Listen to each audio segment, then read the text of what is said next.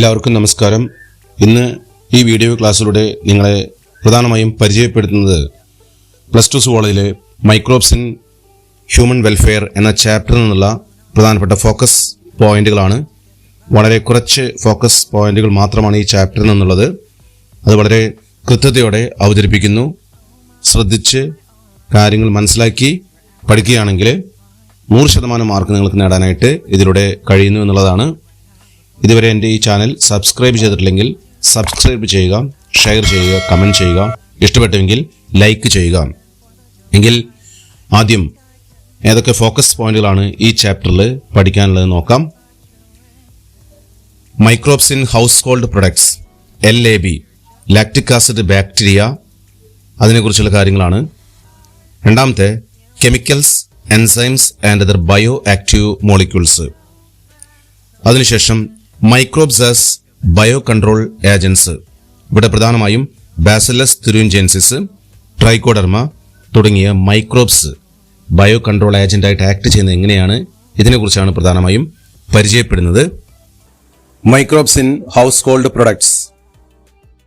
Lactobacillus or lactic acid bacteria പ്രധാനമായും മിൽക്കിനെ തൈര് ആക്കി മാറ്റുന്ന ഒരു ബാക്ടീരിയയാണ് ലാക്ടോബാസിലസ് അല്ലെങ്കിൽ ലാക്റ്റിക് ആസിഡ് ബാക്ടീരിയ എന്ന് പറയുന്നത്. It converts milk to curd by producing acid that coagulate and partially digest the milk proteins. അതായത് ഇത്തരം ബാക്ടീരിയകൾ പ്രധാനമായിട്ടും ലാക്റ്റിക് ആസിഡ് പ്രൊഡ്യൂസ് ചെയ്യുന്നു. അത് മിൽക്കിനെ കൊയാഗുലേറ്റ് ചെയ്യുന്നു. അതുപോലെ തന്നെ പാർഷ്യലി ഡൈജസ്റ്റ് മിൽക്ക് പ്രോട്ടീൻസ്. ഏകദേശം ഒരു 40 ഡിഗ്രി സെൽഷ്യസിന് താഴെ ടെമ്പറേച്ചറിലാണ് ഇത്തരം പ്രക്രിയകൾ നടക്കുന്നത്. അങ്ങനെയാണത് തൈര് ആയിട്ട് മാറുന്നത് അല്ലെങ്കിൽ കർഡ് ആയിട്ട് മാറുന്നത്. ഇവിടെ പ്രധാനമായിട്ടും ഈ പ്രക്രിയ നടക്കണമെങ്കിൽ മിൽക്കിൽ ഇനോക്കുലമായിട്ട് അല്ലെങ്കിൽ സ്റ്റാർട്ടറായിട്ട് കർഡ് ചെറിയ എമൗണ്ട് ചേർക്കേണ്ടതായിട്ടുണ്ട്. അങ്ങനെ ആ കർഡിൽ മില്യൺസ് ഓഫ് ലാക്ടോബാസിലസ് അല്ലെങ്കിൽ ലാക്റ്റിക് ആസിഡ് ബാക്ടീരിയകൾ കാണുന്നുണ്ട്. അതാണ് ഈ പറയുന്ന പ്രക്രിയനെ ഇനീഷ്യേറ്റ് ചെയ്യുന്നത്. Initiate the curdling of milk. LAB also synthesise and release vitamin B12. അതായത് വിറ്റാമിൻ B12 ഉൽപാദനത്തെ സഹായിക്കുന്നു. മാത്രമല്ല സ്റ്റൊമാക്കില് LAB helps to check pathogens. പാത്തോജന്റെ വളർച്ചയെ തന്നെ തടയാനായിട്ട് ഈ ലാക്ടോബാസിലസ് ബാക്ടീരിയകൾക്ക് സാധിക്കുന്നു എന്നതും ഒരു പ്രത്യേകമായിട്ടുള്ള കാര്യമാണ്.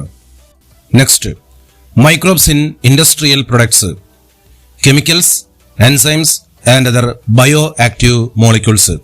ഇതിലാദ്യം ഓർഗാനിക് ആസിഡ് പ്രൊഡ്യൂസ് ചെയ്യുന്ന മൈക്രോബ്സ് ഏതൊക്കെയാണ്, ഏതൊക്കെ ഓർഗാനിക് ആസിഡാണ് പ്രൊഡ്യൂസ് ചെയ്യുന്നതെന്ന് നോക്കാം. ആസ്പെർജിലസ് നൈഗർ, ഇതൊരു ഫംഗസ് ആണ്, സിട്രിക് ആസിഡ് പ്രൊഡ്യൂസ് ചെയ്യുന്നു.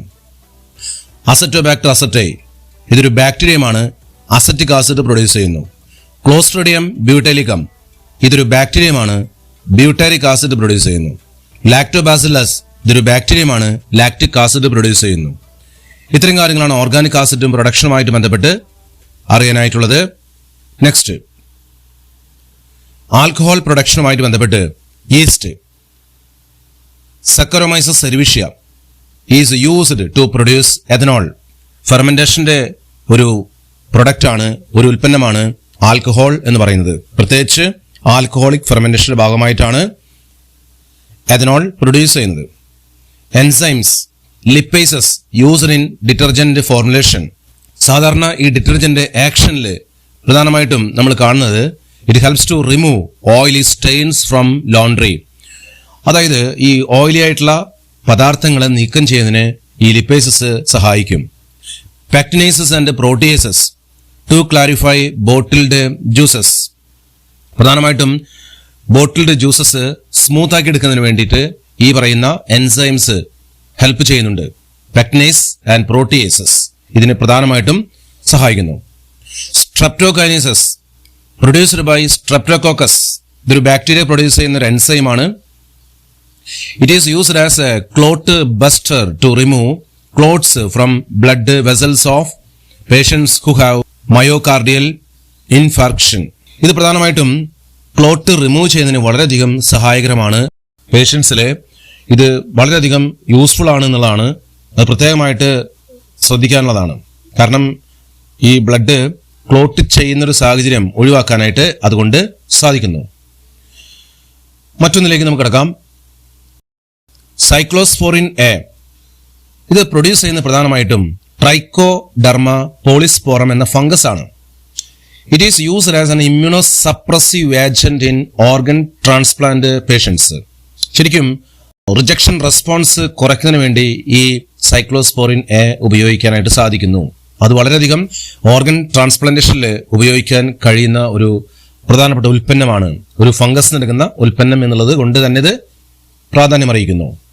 Statins it is produced by Monascus purpureus. ഒരു തരം ഈസ്റ്റ് ആണ്. ഇതിൽ നിന്ന് എടുക്കുന്ന ഒരു പ്രൊഡക്റ്റാണ് സ്റ്റാറ്റിൻസ് എന്ന് പറയുന്നത്. It is used as A blood cholesterol lowering agents. It inhibits the enzyme responsible for the synthesis of cholesterol. ശരിക്കും കൊളസ്ട്രോള് കുറയ്ക്കുക അതിന് ലക്ഷ്യം വെക്കുന്ന ഒരു പ്രൊഡക്റ്റാണ്. കൊളസ്ട്രോൾ കുറയ്ക്കുന്നതിന് വേണ്ടി സഹായിക്കുന്ന ഒരു പ്രൊഡക്റ്റാണ്.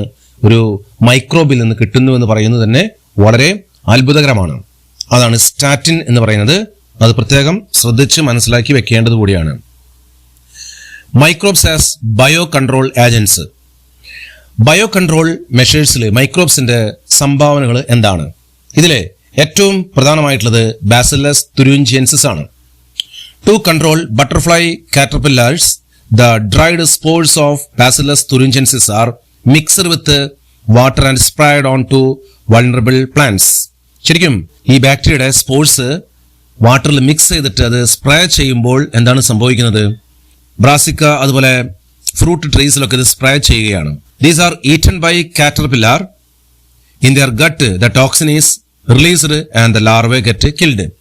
ഈ കാറ്റർപില്ലാർ സ്റ്റേജിലുള്ള അത്തരം ഓർഗാനിസത്തിന് ഈ പറയുന്ന പദാർത്ഥങ്ങൾ ബോഡിയിലേക്ക് എത്തുമ്പോൾ, ഗട്ടിലേക്ക് എത്തുമ്പോൾ അവിടെ വെച്ച് ഈ ടോക്സിൻ റിലീസ് ചെയ്യുന്നു. അങ്ങനെ അത് ഇൻസെക്റ്റിനെ കിൽ ചെയ്യുന്നു എന്നുള്ളതാണ് മനസ്സിലാക്കുന്നത്. Scientist have introduced Bacillus thuringiensis toxic genes into plants. ഇതിന് പ്രധാനമായിട്ടും ബയോടെക്നോളജിയിൽ ഈ ബാസിലസ് തുരിഞ്ചിയൻസിസ് എടുക്കുന്ന ക്രൈജീനുകൾ കോട്ടൺ പ്ലാന്റ്സിലേക്ക് ട്രാൻസ്ഫർ ചെയ്യുന്നു. അങ്ങനെ കോട്ടൺ പ്ലാന്റ്സിനെ ജനറ്റിക്കലി മോഡിഫൈഡ് പ്ലാന്റാക്കി മാറ്റുകയാണ്. അത്തരം കോട്ടൺ പ്ലാന്റ്സ് ഇൻസെക്ട് റെസിസ്റ്റന്റ് ആണ്. BT കോട്ടൺ എന്നാണ് അതിനെ വിളിക്കുന്നത്. അത്തരം കോട്ടൺ പ്ലാന്റ്സിൽ പെസ്റ്റിസൈഡുകൾ ഉപയോഗിക്കേണ്ടതായിട്ട് ഇല്ല എന്നുള്ളതാണ് ഇതിന്ന് മനസ്സിലാക്കിയെടുക്കേണ്ടത്. ഇനി മറ്റൊന്ന് ട്രൈക്കോഡർമ സ്പീഷസ്. ഇതൊരു തരം ഫംഗസ് ആണ്. They are seen in the root ecosystems. പ്രധാനമായിട്ടും റൂട്ടുമായിട്ട് ബന്ധപ്പെട്ട ഭാഗങ്ങളിലാണ് ഇത്തരം ഫംഗസുകൾ കാണുന്നത്. പ്ലാന്റ്സിനെ ആക്രമിക്കുന്ന പല രോഗ കീടങ്ങളെയും നിയന്ത്രിക്കാനായിട്ട് അതുകൊണ്ട് തന്നെ ട്രൈക്കോഡർമ സ്പീഷസുകൾക്ക് കഴിയുന്നു എന്നുള്ളതാണ്. Next, previous questions and answers. ഇതിലാദ്യം choose the correct answer from the bracket. Cyclosporin A is produced by Aspergillus, Clostridium, Trichoderma, Azotobacter. ഇതില് correct answer Trichoderma. Milk is converted into curd by the action of microorganisms. Name the microorganism that convert milk to curd. Lab, lactic acid bacteria. Explain the superior nutrition quality of curd over milk. Increasing vitamin B12. Check, disease causing microbes in stomach. രണ്ട് കാര്യങ്ങളാണ് vitamin B12 പ്രൊഡക്ഷനുമായിട്ടും അതുപോലെ തന്നെ disease causing ആയിട്ടുള്ള മൈക്രോബ്സിനെ സ്റ്റൊമാക്കിൽ വെച്ച് നിയന്ത്രിക്കുന്നു എന്നുള്ളതും പ്രധാനപ്പെട്ടതാണ്. Next, table കൊടുത്തിരിക്കുന്നു. അതിൽ ചില കാര്യങ്ങൾ വിട്ടുപോയത് പൂരിപ്പിക്കാനാണ് പറയുന്നത്. Some bio active molecules, their source and their medical importance are given in the table below. Fill up the missing parts. അതിന്റെ ആൻസറിലേക്ക് കിടക്കാം. A. Streptokinase, B. Trichoderma polysporum, C. Immunosuppressant in organ transplant patients, D. Statins. ഇത് കൃത്യമായിട്ട് നോക്കി മനസ്സിലാക്കുക. Next, microbes are widely applied as biocontrol agents in biological farming approach. What is biocontrol? What is the advantage of this over conventional chemical methods? Give 2 examples for biocontrol. Biocontrol refers to the use of biological methods for controlling plant disease and the pest.